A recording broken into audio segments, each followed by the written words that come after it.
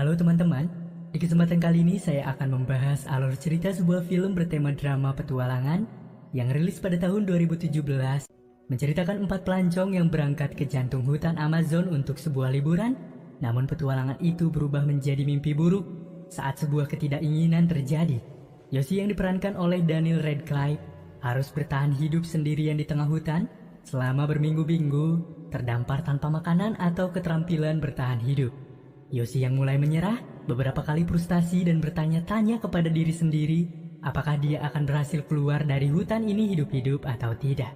Diangkat dari kisah nyata yang ditulis langsung oleh Kevin, salah satu kelompok yang berhasil selamat, mampu membuat kita sebagai penonton mampu terombang-ambing, terbawa suasana film yang memiliki haru, tegang, antusias, sedih yang campur aduk. Jadi, tanpa berlama-lama mari kita mulai ke ceritanya dan selamat menonton.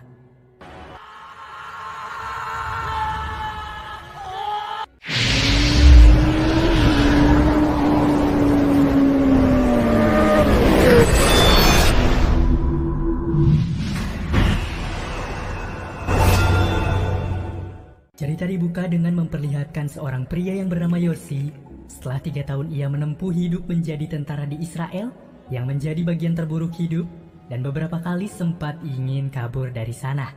Lantas ketika tahun 1980, Yoshi memutuskan untuk pergi mencari kehidupan baru yang tidak pernah ia tempuh sebelumnya, yaitu dengan mencari suku pedalaman dan harta karun terpendam yang membawanya ke jantung hutan gelap di Bolivia, Amerika Selatan.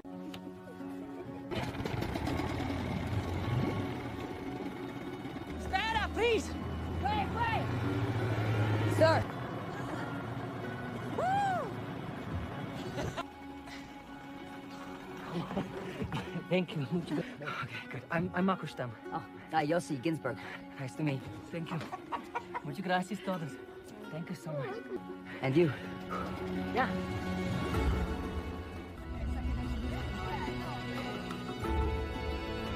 You couldn't help but fall in love with Markus Stamm. I'd never met anyone like him before. Not bad. I told my parents I'd be back in a year. Well, lucky you. Morning. Mereka berdua pun kini memutuskan untuk berkeliling pasar kota. Dan tanpa diduga-duga, Markus mendapati teman lama dirinya yaitu seorang fotografer bernama Kevin. Hingga terjadilah pertemuan hangat antara mereka, layaknya teman yang sudah lama tidak bertemu. Kevin juga adalah seorang pendaki legendaris yang sudah mendaki seluruh gunung di Amerika Selatan dan memotret beberapa foto di sana. Ketika malam tiba, Yoshi yang kini berdiam di luar tenda dengan wanita misterius.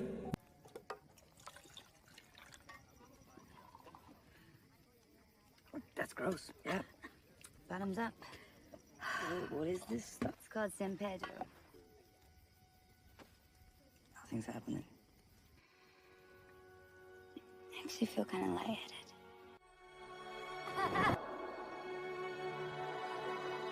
Oh, I think it's fun.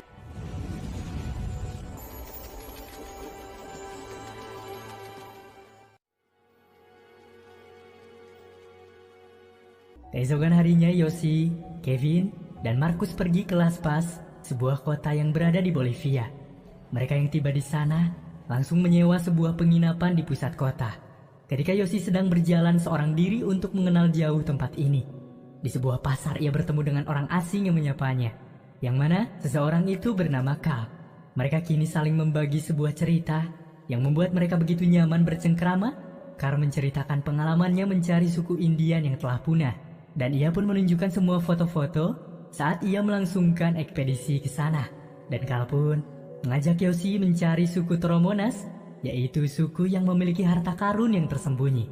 Yoshi yang mendengar itu pun sangat tertarik dan langsung pulang untuk mengajak teman-temannya bergabung, merencanakan sebuah perjalanan yang sangat panjang.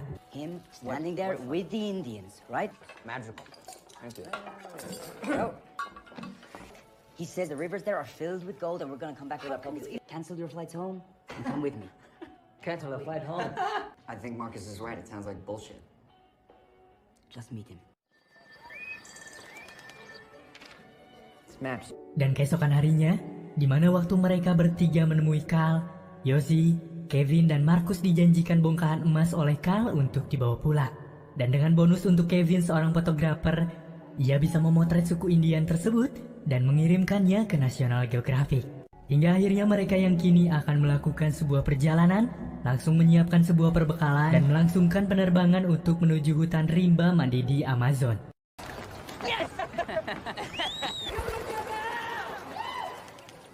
Come on, is that enough? I told you there's no better map. It's all uncharted. Look, nothing. Don't worry, no one starves in the jungle. What are these? In the jungle, the rivers are your best friends. Okay? We pay for this. Yeah. Right. No watches and no wallet. Oh. Can't get lost in the jungle. Can't starve in the jungle. Ah.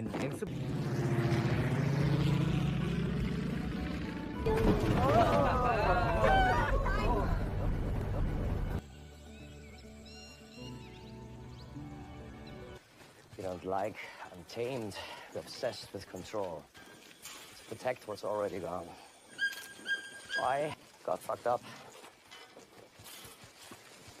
Ketika malam tiba, mereka yang mendirikan tenda mendengar sebuah kisah suku Toromonas dari Kal yang berkata suku tersebut hidup layaknya di zaman batu.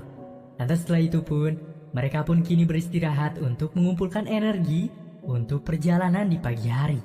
Setelah pagi datang, mereka yang kini memulai kembali perjalanan dihadapkan dengan cuaca hujan yang mengguyur perjalanan mereka. Ketika hari mulai kembali cerah, Markus yang mulai mengalami kelelahan mulai memperlambat gerak perjalanan mereka. Kar yang memimpin perjalanan pun kini tidak bisa terlihat karena jalan terlalu cepat. Let me look at it. I have something in my bag. Can you not? Marcus, stop! Keep walking. Oh, Kevin, what if he didn't go that way? What if he went... Well, he said Azraeamus is on the... Quiet. Quiet? Kevin, what are you talking about? Be quiet! What is that?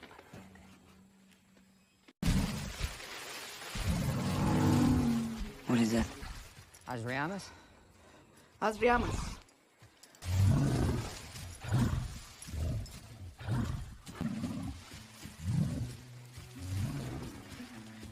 Hey, next time you're gonna wander off without us, let us know, okay? I thought you wanted an adventure. Setelah melalui perjalanan panjang, mereka kini sampai di sebuah suku Asariamas dengan sebuah koloni kecil yang ramai. Kedatangan mereka pun disambut dengan hangat oleh penduduk di sini. Dengan sebuah upacara penyambutan tamu selayaknya sebuah suku, dipimpin oleh pimpinan adat.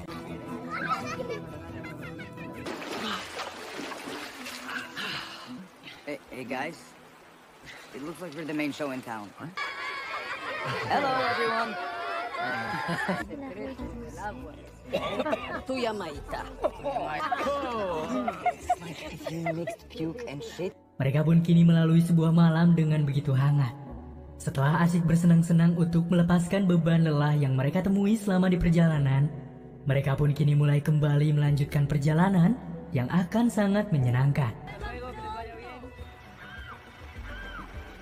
Diperlihatkan di perjalanan mereka diisi dengan candaan dan gurauan yang membuat perjalanan tampak begitu hangat tanpa rasa khawatir. Yoshi yang menemukan sejumlah kelompok kupu-kupu mencoba diabadikan oleh Kevin. Setelah kembali melanjutkan perjalanan, Kar yang terus-terusan berbicara mengenai pengetahuan akan lingkungan membuat kagum para kelompok akan kepintarannya. Karena perbekalan semakin menipis, mereka yang kini melihat seekor monyet di pohon pun ditembak oleh Kar yang membawa senapan untuk melumpuhkannya. Alhasil, Kar kini mulai memanggang monyet itu untuk disajikan kepada mereka yang terlihat tengah kelaparan. What?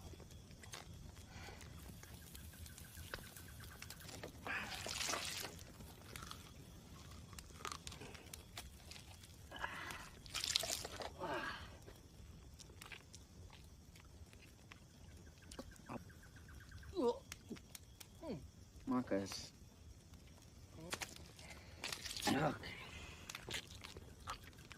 What'd you think you were gonna eat out here? We're just big stupid monkeys. Dan ketika melanjutkan kembali perjalanan, Markus yang terlihat mengalami masalah pada kakinya, kini diobati secara perlahan oleh Kar untuk membuat lukanya agar cepat kering. Dengan segala perjalanan yang mulai tersendat-sendat, karena kondisi Markus yang tidak lagi stabil, mereka pun memutuskan untuk bermalam dan mendirikan tenda di sini. Markus yang merasa bersalah berusaha meminta maaf kepada rekan-rekannya terkait dirinya yang sudah memperlambat gerak mereka. Ketika waktu menunjukkan pagi hari, mereka yang melihat luka-luka Markus mulai memburuk membuat sebuah rencana untuk melanjutkan perjalanan dengan melalui sebuah sungai. We watch you. It's impossible we can't. No. We are not going back.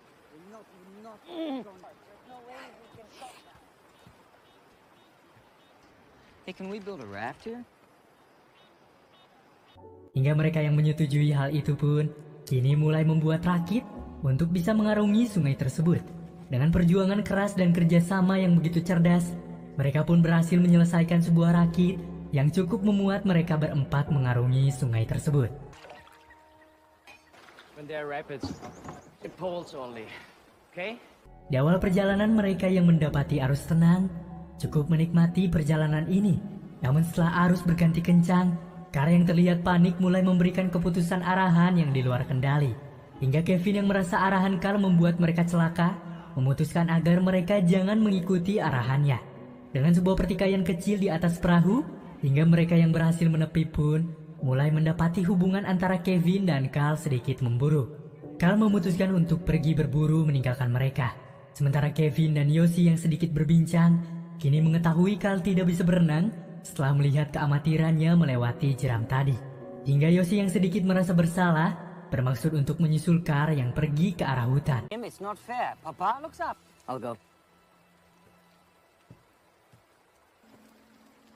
Carl?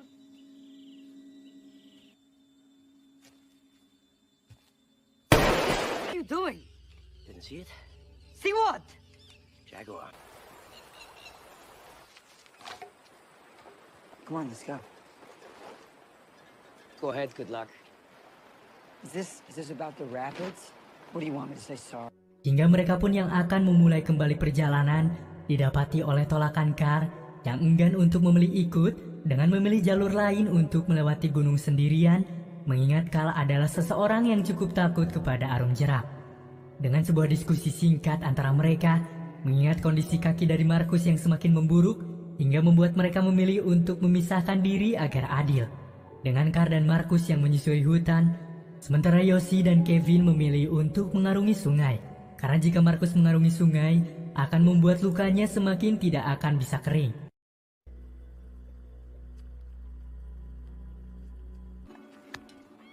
You're so full of shit. Ready? Ready?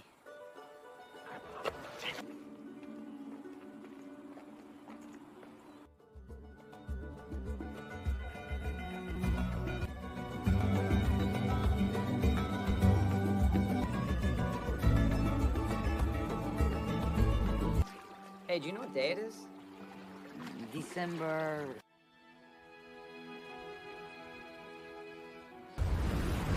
Get your paddle! Paddle, Yossi! Paddle!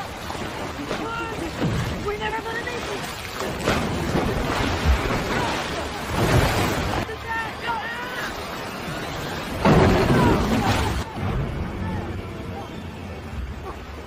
Okay, hold on, Yossi! Mereka yang kini terjebak harus mencoba lebih berani dengan Kevin yang memutuskan terlebih dahulu berenang ke tepian setelah berhasil dan akan membantu Yoshi karena arus yang begitu kuat membuat rakit Yoshi bergerak hingga akhirnya menghanyutkan Yoshi bersama air yang begitu mengerikan. Yoshi yang terbawa arus harus mati-matian berjuang melewati dorongan air yang terus-terusan membawa dirinya. Dengan Yoshi yang begitu beruntung karena tersangkut di sebuah batu, kini mencoba menepi untuk sekedar menarik nafas dari apa yang telah ia lewati yang hampir menghilangkan nyawanya.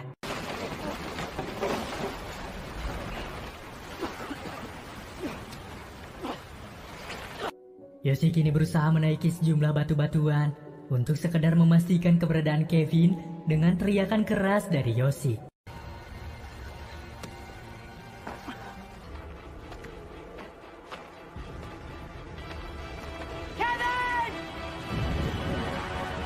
Ketika hujan turun dan Yoshi yang berteduh kemudian tertidur, dibangunkan dengan suara benturan alat masak yang diikat di ransel miliknya. Melihat hal itu, sontak Yoshi langsung mencoba meraih ransel tersebut mengingat ada beberapa hal penting yang tepat berada di ransel itu. Ketika berhasil membawa dan Yoshi mengonsumsi obat yang membuat dirinya kembali bersemangat, mulai kembali mendaki beberapa batu hingga berteriak-teriak untuk menemui keberadaan Kevin. Namun sialnya, karena kehilangan sejumlah tenaga, Yoshi mulai bersedih akan apa yang telah ia lakukan di hutan ini. Yoshi kini mulai membentangkan sebuah peta yang ia bawa untuk memastikan ke arah mana tujuan dirinya akan pergi. Dengan sangat ambisi dan penuh keyakinan, Yoshi kini kembali melanjutkan perjalanan yang cukup melelahkan. Hari ke-6 sudah Yoshi mencoba bertahan hidup sendirian di hutan ini. Ia yang terlihat lapar dan mulai mengalami kelelahan, mencoba memanjat sebuah pohon untuk mengambil buah. Namun saat naik, ia menemukan seekor ular yang akan menyerangnya. Sontak ia yang takut, harus diberanikan oleh diri yang benar-benar membutuhkan asupan. Yoshi pun kembali ke atas pohon untuk menarik ular tersebut dan mulai membunuhnya. Yoshi terus-terusan mencoba bertahan dan beberapa kali mengecek keberadaan pasti dirinya berada di titik mana melalui sebuah peta.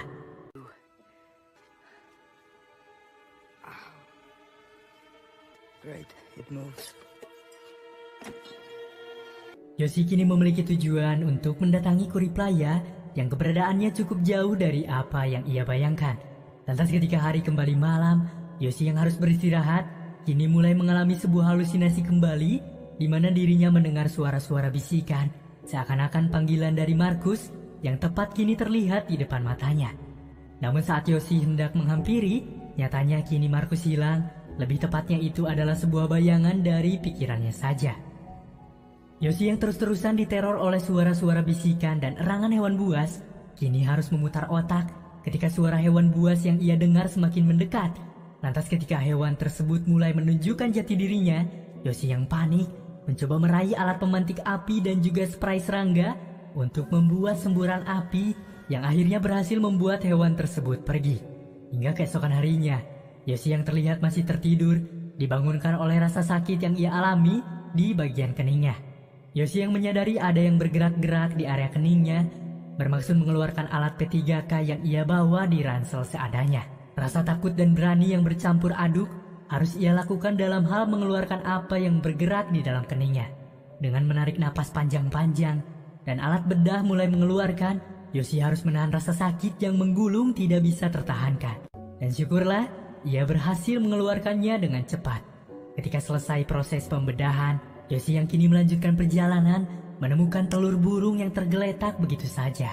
Mendapati lapar yang menggebu, akhirnya dengan terpaksa Yoshi mencoba melahap habis telur tersebut demi bertahan hidup. Yoshi yang kembali bertenaga dengan perut yang sudah diisi semacam pengganjal rasa lapar, kemudian mendapati suku Sariamas yang mereka singgahi di hari pertama penjelajahan, yang terlihat jika kini mulai porak-poranda seperti sudah terjadi kerusuhan hebat. Merasa pegunungan Kuriplaya, tepatnya suku Sariamas bersemayam sudah hilang, ia kembali mengatur strategi untuk mendatangi pegunungan Raruna Bakwe yang begitu jauh tepat di ujung hutan.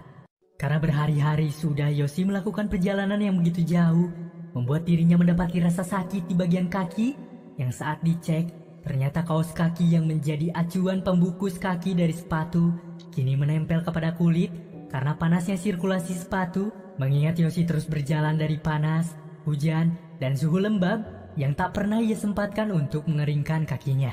Alhasil, kulit-kulit kakinya menempel habis di kaos kaki, nyaris tidak bisa dilepaskan. Yoshi kini menangis sejadi-jadinya karena begitu payah dan pengecut karena meremehkan kesakitan Markus yang mengalami kesakitan ini terlebih dahulu sebelum ia pun merasakannya. Dengan sempoyongan dan jalan yang semapah, Yoshi dengan gagahnya mencoba menahan rasa sakitnya untuk melakukan kembali perjalanan. Di tengah berjalan, Yoshi melihat jejak sepatu yang masih basah dan seperti baru saja dibuat. Melihat hal itu, kini Yoshi dengan sangat senang mencoba berteriak karena merasa ada orang lain yang tepat berada di sekitarnya. Namun saat melihat kembali kondisi sekitar, tepatnya terlihat 2 buah cangkang telur yang kemarin ia makan, ia kini menyadari jika jejak kaki tersebut milik dirinya sendiri. Dan lebih tepatnya ia berputar-putar mengelilingi lokasi ini. Dengan kesal dan bimbang, Yoshi benar-benar seperti kehilangan arah dan tidak tahu harus kemana lagi. Di tengah hari yang begitu cerah, terdapat 2 orang nelayan yang kini melihat 1 orang yang tengah terkapar di pinggir sungai. Mira, papá. yang mana itu adalah Kevin yang terpisah dari Yoshi ketika rakit yang mereka tumpangi mengalami sebuah tragedi. Kevin kini dibantu oleh nelayan tersebut untuk sampai di pelabuhan Raruna Bakue yang juga ingin Yoshi tempuh untuk pulang. Kemudian Kevin yang mulai membaik dan langsung melapor terkait masalah teman-temannya yang masih terjebak di dalam hutan, mulai mencari menggunakan pesawat untuk melihat keadaan sekitar. Dan Yoshi yang mendengar suara pesawat pun begitu kesal karena ia tidak bisa membuat mereka melihat dirinya. Merasa pencariannya gagal, Kevin pun mulai kembali melapor dengan sangat keras memohon kepada armada yaitu keamanan di pulau ini untuk membantunya mencari mereka yang terjebak melalui jalan darat. Namun terjadilah selisih paham karena menurut armada, jika mereka hilang 3 minggu yang lalu, mungkin sekarang teman-temanmu sudah tewas. Kevin yang kesal pun bermaksud akan pergi kembali sendirian untuk menyusul teman-temannya. Namun armada yang khawatir menyetujui perihal permohonan bantuan Kevin dengan arahan Kevin harus mendatangi Tico, yaitu pria yang sudah menyelamatkannya kemarin. Tengo un amigo que está perdido en el río. No sobrevive. Su amigo se está tomando una fuerte con él. Nunca he suplicado por nada. Nada. I'm sorry. ¿Cuándo por el bote? Crazy gringo.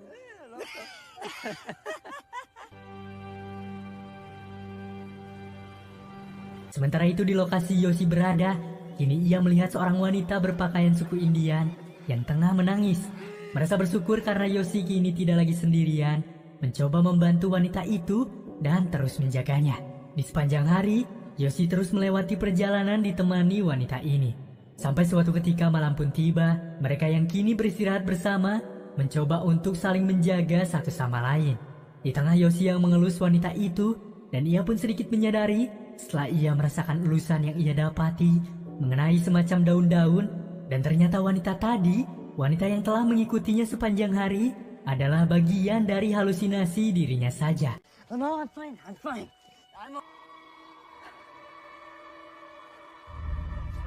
Mendapati hal tersebut, Yoshi benar-benar kesal dan seperti kehilangan akal.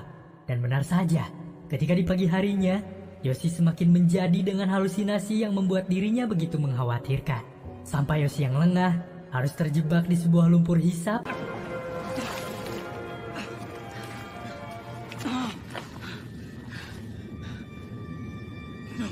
Namun masih bisa diselamatkan dengan menggapai sebuah batang pohon yang menjular ke arahnya. Setelah itu Yoshi yang merasakan kelelahan yang begitu hebat dan halusinasi yang begitu kuat, Yoshi mendapati semut api yang ia tahu. Ia bermaksud mendatangi semut tersebut untuk sengaja menggigit dirinya agar dirinya bisa terus sadar. Di tengah proses yang dilakukan, dan Yoshi mulai mengalami kejang-kejang karena kesakitan, ia kini berlari dengan kencang karena disadarkan oleh rasa sakit dari gigitan. Hingga akhirnya, Yoshi pun diarahkan kepada sebuah aliran sungai dengan maksud di pagi harinya, ia akan menyusuri sungai ini. Di tengah lelah yang begitu hebat, semua itu perlahan hilang setelah Yoshi melihat sekumpulan bintang di langit yang membuatnya berterima kasih kepada Tuhan dan merasakan begitu tenang. Tepatnya di hari 19, Kevin yang diantar Tico untuk mencari teman-temannya kini harus terhenti di sebuah pesisir karena mendapati arus yang begitu kuat. Merasa pencarian semua sia-sia dan Tico menyarankan untuk kembali pulang. Yoshi yang mendengar suara kapal dan melihat keberadaan Kevin di sana mencoba merangkak mendatangi Kevin yang kini mulai perlahan pergi. Dengan sisa-sisa tenaga yang ia punya, Yoshi pun tidak bisa berteriak karena mengalami dirinya begitu kelelahan. Dan tiba-tiba, suatu keajaiban pun muncul ketika Kevin kembali melihat ke arah pesisir tadi, yang mana kini terdapat Yoshi yang tengah berdiri dengan lusuh melihat kepadanya.